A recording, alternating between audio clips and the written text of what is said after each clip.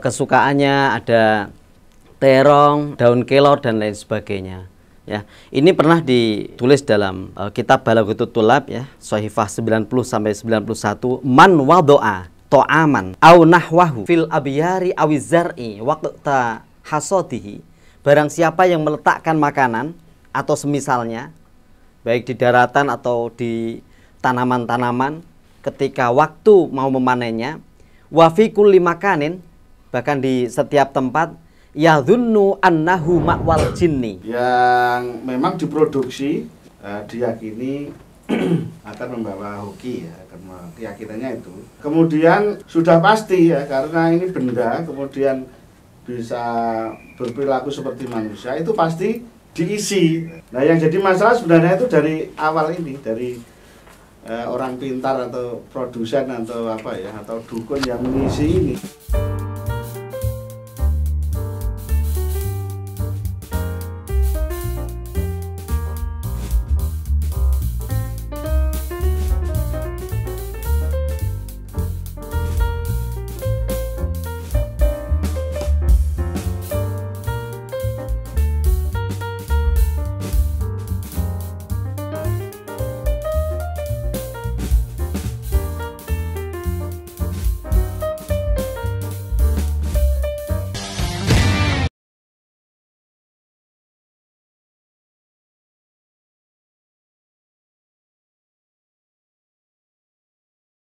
Di sana disebutkan beliau ulama mu'asir, ulama kontemporer. Itu ada kisah terkait seorang imam besar, Ibnu Abdul Bar, itu dari kalangan mazhab Malikiyah.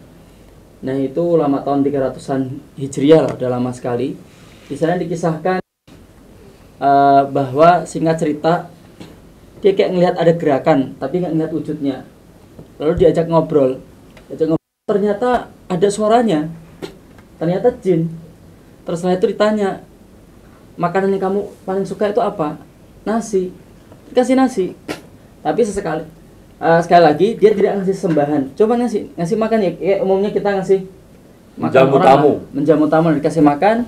Habis itu diajak dialog, terus ngobrol masalah dunia jin. Dan ini disebutkan dalam kitab ya, dalam kitab yang mutamad, ya, Alamul Jinni wa Syayatin, fil kitab wa sunnah atau apa, lupa kalimat akhirnya.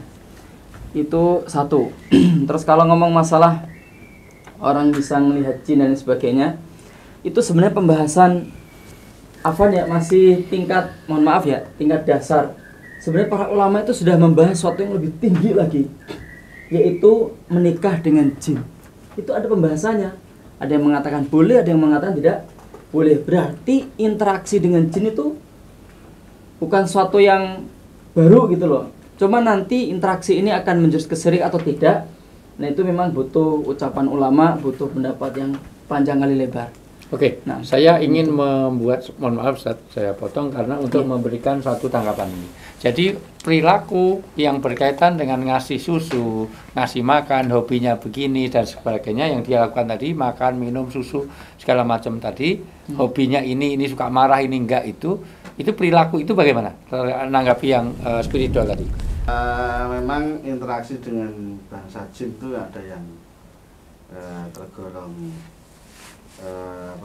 syirik, ada yang tidak ya. Cuma dalam kasus spiritual ini kan ada latar belakangnya. Tadi sudah diceritakan oleh Ustaz Sigit bahwa spiritual ini berasal dari Thailand. Orang Thailand dulu menamakannya sebagai Luktep, anak malaikat atau bayi malaikat.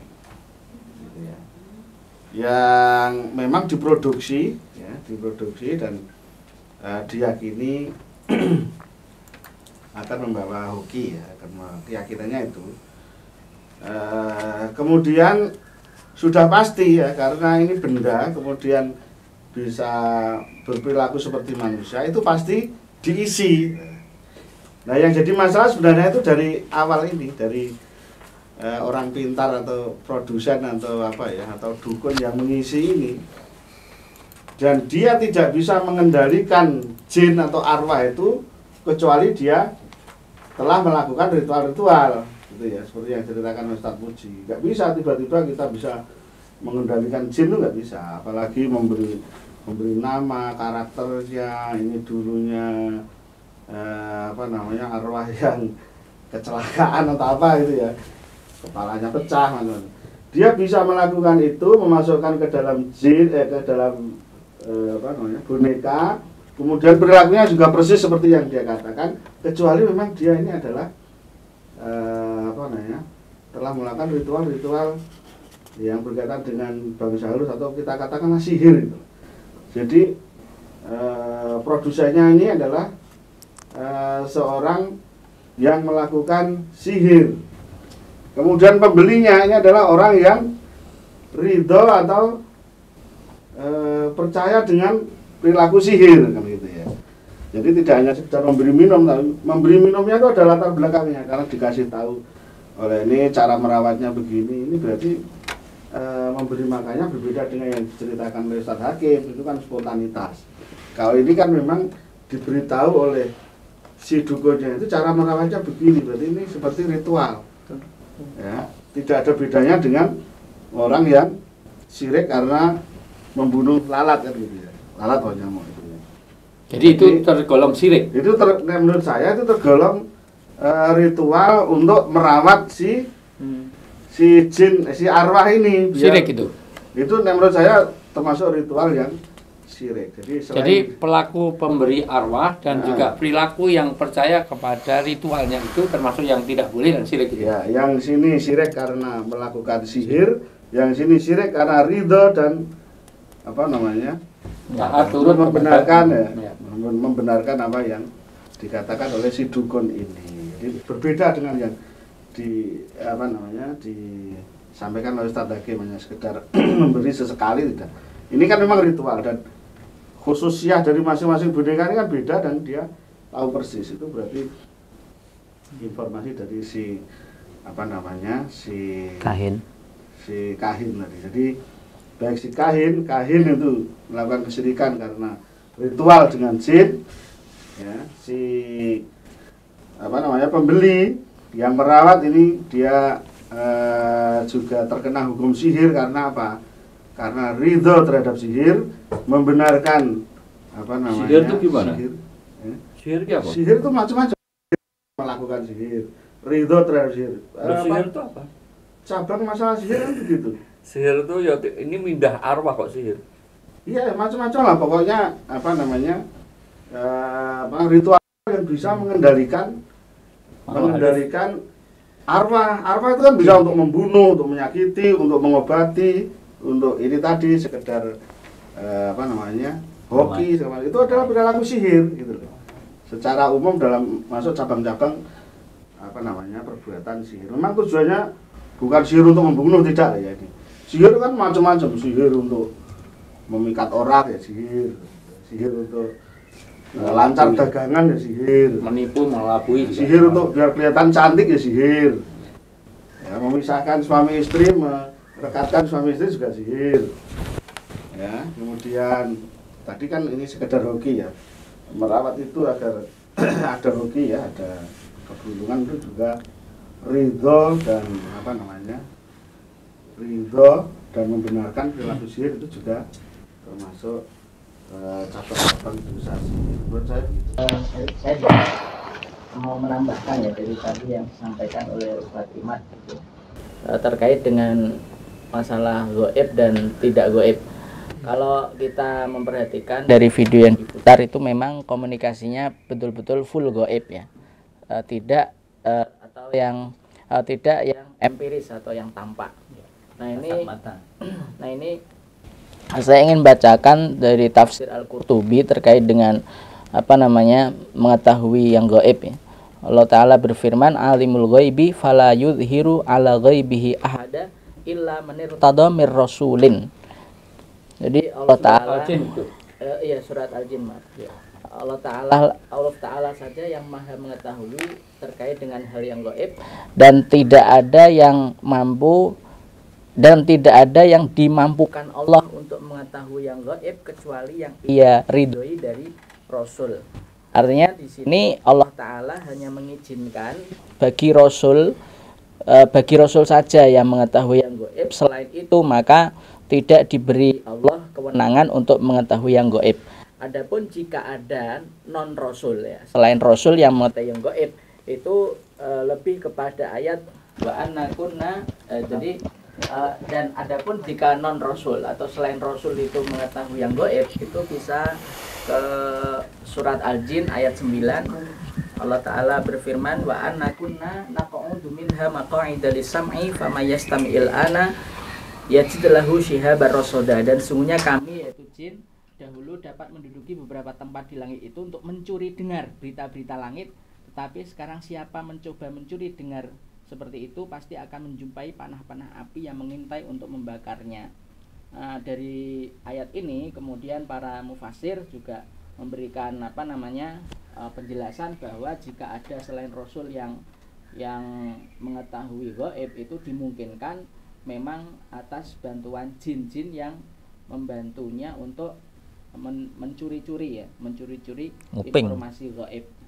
Sehingga jika memperhatikan dari yang tadi dipaparkan ya, dan dilihat di video, itu lebih kepada at-ta'amul bil jin, berinteraksi dengan jin. Dan itu hukumnya jika itu dilakukan oleh orang-orang yang akidahnya lemah, itu bisa berbahaya karena bisa menuju kepada syirik atau menuju kepada takhoyul dan khurafat. Wallahu ta'ala alam. Jadi ini bahwa kalau itu nanti betul-betul memang ada pengaruh jin, maka tetap itu dilarang ya? Iya, karena darul mafasid. Iya. Tambahan sedikit. Ya. Tentang pemberian susu kepada boneka tadi yang diceritakan Ustadz Parman, ada keyakinan dengan arwah.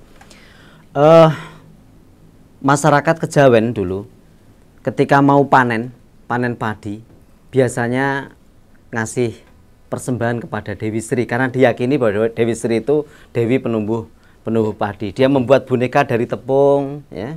Kemudian kesukaannya ada terong, ada daun kelor dan lain sebagainya ya. Ini pernah ditulis dalam kitab Balaghatul Tulab ya, Shahifah 90 sampai 91, man wado'a to'aman au nahwahu fil abyari awizar'i waqta hasodihi, barang siapa yang meletakkan makanan atau semisalnya baik di daratan atau di tanaman-tanaman ketika waktu mau memanennya, wa fi kulli makanin, bahkan di setiap tempat, yadhunnu annahu ma'wal jinni, yang dia punya prasangka prasangka itu tempatnya jin, wa nahwu kulli dzalika, dan semisalnya haramun, haram hukumnya, haitsu qasada bihi ataqarruba ilal jinni, itu kalau dimaksudkan untuk takarrub dengan jin. Bal in qasada at-ta'zima wal ibadata lahu kana dzalika kufron. Akan tetapi kalau dimaksudkan untuk ta'zim ya, untuk mengagungkan, bahkan sampai kepada taraf ibadah, penghambaan kepada jin tadi, kana dzalika kufron, hukumnya sampai kufur. Wallahu a'lam bishawab. Artinya nak ngukur ngasih makanan orang diyakini apa-apa haram, ora syirik. Maksud saya gini loh, jadi karena kita nggak suka terus kita hukumi syirik kan nggak pas. Di Anak Tolibin juga dijelaskan ya, boleh menaruh makanan atau sesaji yang disukai jin untuk lidah imadarat jin. Yang penting tetap berlindung kepada Allah, bukan berlindung pada jin. Nah, terus seperti sampaikan Ustaz Hakim tadi, Imam Abdul Bar, dia mau lihat walaupun nggak cetok ya, dia dialog, dia ngasih makan malah. Ya kalau mau seperti itu, masa kita mau syirikkan? Yang syirik ya memang tadi qasadat ta'zim, atau dia khauf, kalau nggak ngasih ini akan terjadi madarat, keyakinan, atau ada manfaat dan madaratnya. Nah itu sepakat. Kalau untuk isti'anah Ya itu berarti meyakini ada manfaat, nggak bisa. Saya pengen tetap nggak boleh. komentari itu terkait, Karena ini berkaitan dengan hoki bukan? ya, dia sampai ngirimin Al-Fatihah segala itu loh. Iya. Itu sebenarnya memang kita terlihat sekali ya, itu bentuk pelecehan terhadap syariat kita, itu yang dimau jin kan, maksudnya jin-jin kafir dalam hal ini. Dulu saya tuh pernah cerita sedikit, tinggal di lingkungan yang memang orang-orang suka belajar ilmu kanuragan. Jadi nggak ada istilah syirik dan lain sebagainya. Dulu itu ada disebutkan nama Raja Jin, siapa gitu saya lupa. Itu kalau kita bacakan Al-Fatihah setiap habis sholat 5 waktu, nanti sewaktu-waktu pas kita butuh kita panggil itu dia akan menolong kita. Ini jelas ritual syirik jelas. Jadi masya Allah, inilah yang dimau jin. Syariat yang begitu indah itu dihina-hinakan gitu sampai dipakai untuk yang nggak jelas. Mungkin gitu saja. Sebetulnya ini bahas juga pada yang viral berikutnya adalah membuangi sesajen ya. Tapi kita tidak harus membuangi itu dan membakar-bakar dan tidak perlu kita nendang-nendangin spiritual ya. Tidak dengan itu cara kita meluruskannya. Artinya nggak bisa rasanya kalau kita ngambil sesajen itu. Ya kalau ada pisangnya dimakan silahkan aja daripada dibuang. Boleh nggak kalau makan itu? Ini sekali kita topik ya, berarti ke toleransi beragama. Enggak, tadi pertanyaan boleh nggak makan? Selama tidak sembelian boleh. Iya.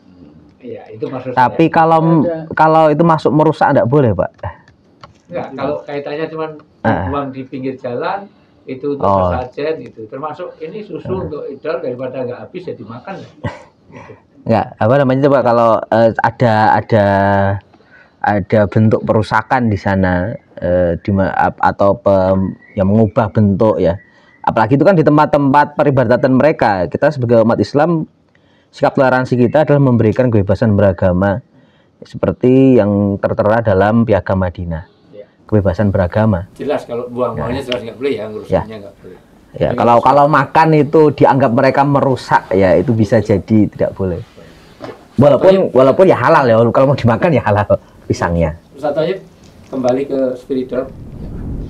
Wa min dzalika aidzan ma akhrajahu an-Nasa'i an Abi Hurairah radhiyallahu taala anhu kana ala tamarin sadaqah.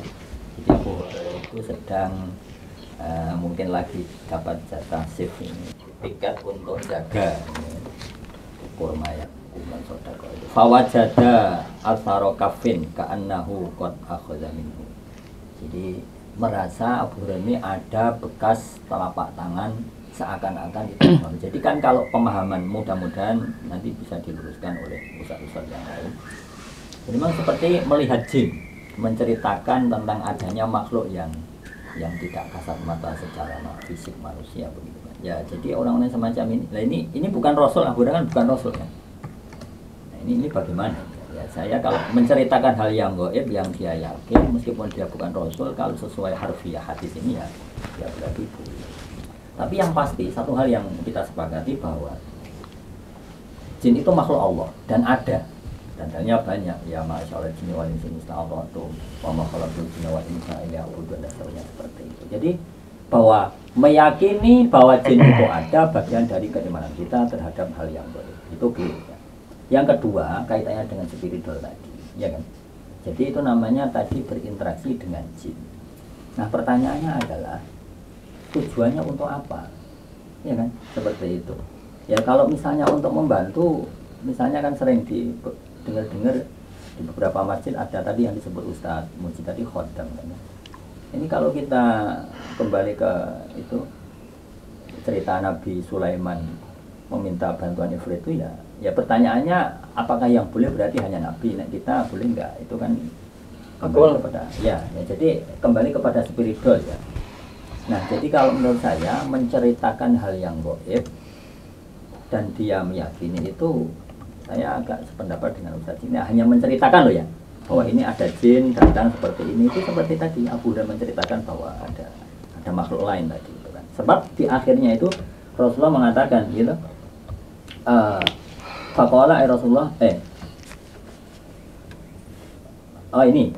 makhluknya tadi ya yang dilihat oleh Nabi tadi ya toh, udah mengakui innama akhastuhu li ahli baiti fuqara in mal jinni walan aun. Oh enggak, ini tak ambil itu saya bukan nyolong, ini saya Robin Hood dari kalangan jin.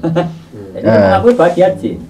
Dan Abi Hurairah melihat itu tetapi tidak mengatakannya secara fisik kan. Ka'annahu. Nah, ya kan dari redaksi ka'annahu itu memang nampak-nampaknya itu tidak berbau fisik. Jadi sekali lagi pertanyaan menceritakan tentang adanya jin, dan kita tahu jin adalah hal yang gaib itu, ya kayaknya sih dari harfiah hadis ini boleh. Nah, tetapi kalau kemudian meyakini bisa ini itu dan seterusnya seperti itu, memberikan masalahnya jelas tadi. Dan ayat yang spesifik dan lugas sebenarnya di Yunus ayat 106 kan seperti itu. Wala tad'u min dunillahi ma la yanfa'uka wa la yadurruk fa in fa'alta fa innaka idzan minadh dhalimin. Janganlah kalian meminta, memohon, berdoa, mengharap sesuatu dari selain Allah yang diyakini bisa memberikan mudarat atau manfaat.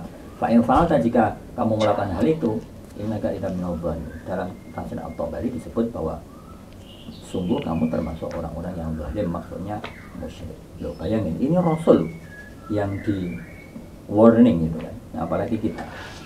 Kalau itu clear, meyakini bahwa selain Allah itu bisa memberikan mudarat dan manfaat. Nah, kembali ke video yang tadi ditayangkan. Ada beberapa yang perlu saya konfirmasi dan saya belum bisa memastikan untuk komentar. Yang pertama, si Fulana ini saya nggak tahu ini anak kecil atau orang tua. Anak dari redaksinya kayaknya orang tua, anakku dan seterusnya kan seperti itu. Asal muasalnya apa sih sebenarnya? Jangan-jangan dia memang terobsesi untuk punya anak, tapi nggak kemudian tidak tercapai lama, lalu kemudian dia melakukan halusinasi ini atau apalah. Saya nggak mau mengatakan mau gila, ya nggak punya bukti kan. Tapi kalau dari omongan-omongannya ini ya nggak masuk akal. Saya nggak tahu. Ini kaitannya dengan yang disebut tren, ada namanya postmodernis, post rasionalis, kemudian post itu dan seterusnya. Di mana kita akan kembali meredefinisi atau mendefinisikan ulang tentang siapa itu manusia, tentang bagaimana harus berinteraksi. Kok kayaknya dia merasa, saya takut ini kalau ditonton oleh anak-anak nanti menjadi bahwa oh ternyata berinteraksi dengan selain manusia itu bangsa ternyata lebih mengasyikkan kan seperti itu. Nah ini memang dari sisi edukasinya nggak benar. Nah, sehingga kalau ini adalah forum El-Kalam, forum konsultasi keagamaan, ya kita sementara menyikapi dari sisi keagamaannya kan seperti itu. Nah yang pasti hal yang sudah menjadi rahasia umum, misalnya kalau kita bepergian kan disuruh atau diajarkan untuk berdoa ya, subhanalladzi sakhkhara lana hadza wa ma kunna lahu muqrinin. Itu jelas berdoa agar jangan diganggu oleh makhluk halus atau namanya setan atau iblis atau jin yang pastikan seperti itu. Lalu kemudian ada hadis juga di sini kan.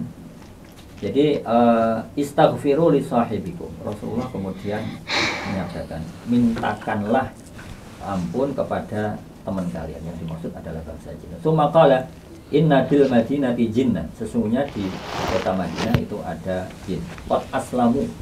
Gitu, telah masuk Islam. Fa idza ra'aitum minhum syai'an, jika kalian melihat di antara mereka, jadi kan ada yang namanya memang fakta orang bisa melihat jin. Kan seperti itu ya. Fa adzinuhu salasata ayyam. Ya beri izin 3 hari. Fa idza badalakum ba'da dzalika, tapi lebih dari 3 hari faqtuluhu, bunuhlah. Fa innama huwa syaitan.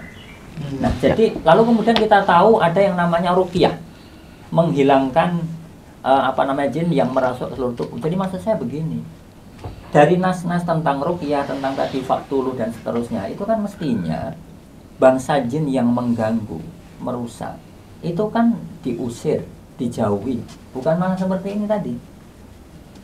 Diajak bicara, diajak seperti itu. Kalaupun misalnya tidak memberikan madarat secara edukasi, menurut saya nggak tepat juga.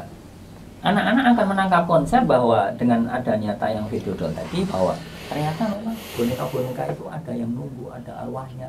Bisa kita ajak bicara, itu kan ya nggak benar kan seperti itu. Tapi kalau membicarakan tentang adanya jin, itu ya kembali ke hadis Abu Hurairah tadi. Nah, jadi kesimpulan saya yang pertama, bahwa jin itu memang ada, dan setiap muslim wajib meyakini bahwa jin itu ada, karena hadis dan lainnya banyak. Itu satu. Yang kedua, bahwa hukum berinteraksi atau bermuamalah dengan jin itu tadi sudah dijelaskan oleh masyayikh, ada yang boleh, ada yang bisa syirik juga, ya kan seperti itu. Ya kalau misalnya untuk menjaga, ya sependek yang saya tahu ya boleh-boleh saja. Misalnya kayak Nabi Sulaiman meminta bantuan jin Ifrit untuk mendatangkan singgasana Latu Balqis, misalnya kan seperti itu. Tapi kalau misalnya untuk kesirikan dan seterusnya kan seperti itu, ya sihir kan berarti disampaikan Ustaz. Yang ketiga adalah bahwa orang kemudian jin itu istilahnya apa ya, yang mestinya kan harus dijauhi, bukan malah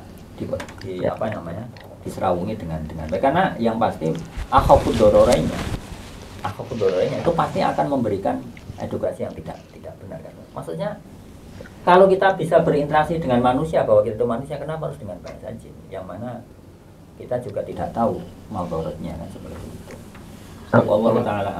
Afwan Ustaz. Karena kita berbicara tentang hadis, saya tolong dibacakan redaksi yang menyatakan Abu Hurairah bertemu jin dan mengatakan, kemudian jinnya bilang saya dari pihak jin yang mengambil untuk bangsa jin. Memang tidak ada seperti itu. Hadis Nasai coba. Ya, memang tidak seperti itu. Yang redaksinya. Karena kalau redaksi yang saya dapatkan, Rasulullah di akhir menyatakan zakat syaiton. Ya, Artinya Abu Hurairah tidak tahu kalau itu jin. Ya, tapi melihat orang, Ustaz. Ya. Dalam syarah-syarah yang saya cari, rojulun ja'a rojulun. Tapi itu jin. Tapi itu jin. Ya. Jadi Abu Hurairah tidak melihat jin, melihat orang. Itu jangan dijadikan dalil untuk terus setiap orang interaksi bisa melihat jin, jangan jadikan dalil itu. Kita bahas, memang tidak seperti itu. Maka jangan mengeneralkan juga nak wong cerita tentang jin itu dikatakan syirik. Dikatakan iddia ilmu gaib. Enggak seperti itu. No wong sing iso delok kebetulan ae. Selama dia tidak membuat ritual-ritual persyaratan. Karena sudah membuat persyaratan, itu yang kita hukumi syirik. Karena sudah hukumnya isti'anah, mendatangkan jin. Spirit doll ini mendatangkan, sudah isti'anah. Maka tidak boleh. Nggak boleh, kalau spirit doll sudah nggak boleh loh. Yang saya bahas kan, apa kalau orang bercerita hanya sekedar melihat, itu dihukumi syirik juga kan. Sebentar menurut saya, harus dikaji dulu. Ini masalahnya tidak menyebutkan nomor hadisnya, yang jelas riwayat Nasai ya. Itu kan yang berakhir bahwa seluruh godaan setan itu salah kecuali yang ngajari baca ayat kursi dan maksudnya tadi kan disebutkan, mohon maaf yang saya terima dari Ustaz Thaib itu Abu Hurairah mengetahui kalau itu jin. Dari redaksi yang saya dapatkan, Abu Hurairah nggak tahu, Ya. Itu disebut setan ya. Nah di akhir Nabi Muhammad menyebutkan itu setan. Kalau memahami itu sini, Ustaz Iman. Ya Pak, ketika Nabi Muhammad minta sahabat untuk cari batu buat istinja, terus diambilkan tulang dan raus. Ada riwayat tulang, ada riwayat raus ya, berbeda ya. Ya, kata Rasul, ini nggak usah batu aja, fa'innahu min to'ami ahlikum minal jin. Makanya disimpulkan oleh para ulama, jin itu makan dan minum seperti manusia. Cuman makanannya kotoran berarti. Ya, itulah istilahnya gitu. Dalam biar kita nggak mengira jin makan kotoran saja. Maaf ya, itu ada hadis versi lengkapnya. Tak lupa matanya. Itu nanti dibikin oleh Allah itu kembali ke wujud asalnya. Jadi rumput lagi. Tulang dagingnya muncul lagi. Jadi di sini para ulama menyimpulkan jin itu makannya itu menelan. Ditelan, disimpulkan dari hadis itu. Iya. Enggak dikunyah. Sebatas kita yakini sebatas apa yang diceritakan Rasulullah SAW. Ya, hanya tidak itu. tidak berkembang setiap orang gitu. Pada waktu yang sama apa tidak Nabi memaklumi bahwa ini makanannya jin. Terus kalau orang ngasih makanan jin seperti Abdul Bar tadi apa salah? Itu kan Rasulullah mengabarkan tadi. Kok mengabarkan? Ngerti diceritakan untuk itu. Dia nggak memberikan sarah tidak. Kan orangnya sama sekali tidak bilang ini untuk jin dan lainnya. Rasulullah yang mengangkat topik itu. Ya, memang ini isyarat ini memang tidak mengarah seperti itu. Tapi Nabi kan membiarkan ini berhenti pangan jin.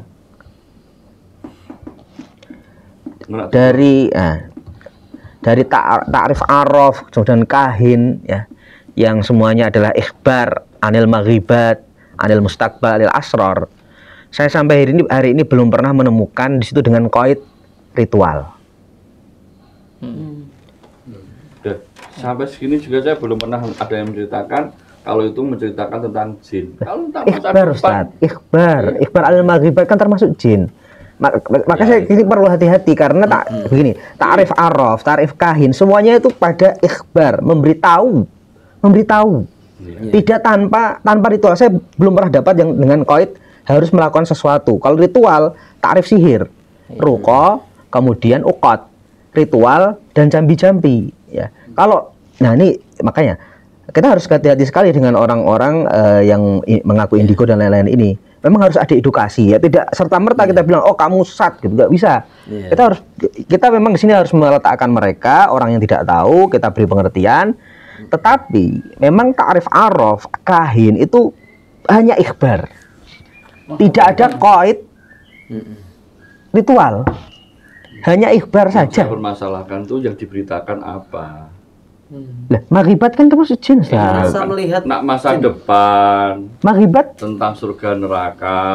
maghibat kan termasuk jin, Ustaz. Ya jin, tapi kan ya tidak spesifik jin lah. Ya, maktar kan termasuk. kalau dia mengaku melihat di situ ada jin dan lain sebagainya, apa enggak itu ya ini? Ini kan Mengaku, ikhbar, sudah itu ikhbar. Makanya kita harus menceritakan hati-hati. kepada orang lain. Ya, jangan sampai termasuk araf itu saya takutnya masuk jadi araf. Karena semua takrif araf yang saya terima sampai hari ini tidak ada qaid ritualnya.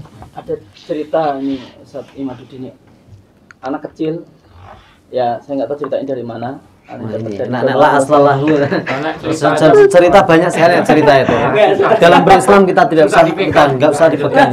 Fa inna asdaqal hadits kitabullah. Cerita lagi baru. Enggak, Kalau kalau kita zaman sekarang anak kecil itu enggak usah. Enggak. Anak kecil bisa lihat ini, bisa lihat simbahnya datang lah harus itu. Ngimpi loh. Ah itu mimpinnya Ya, saya kira perlu dikaji dulu. Maksud saya janganlah gegabah menunjukkan suatu Iya, hukum. iya. Kan inil hukum ilalillah. Ya, kalau kita ngomong ya harus ada dasarnya. Jangan asumsi atau persepsi, tafsirnya lah kitabnya. Makanya tadi pada ayat harus disebutkan lah. Ya.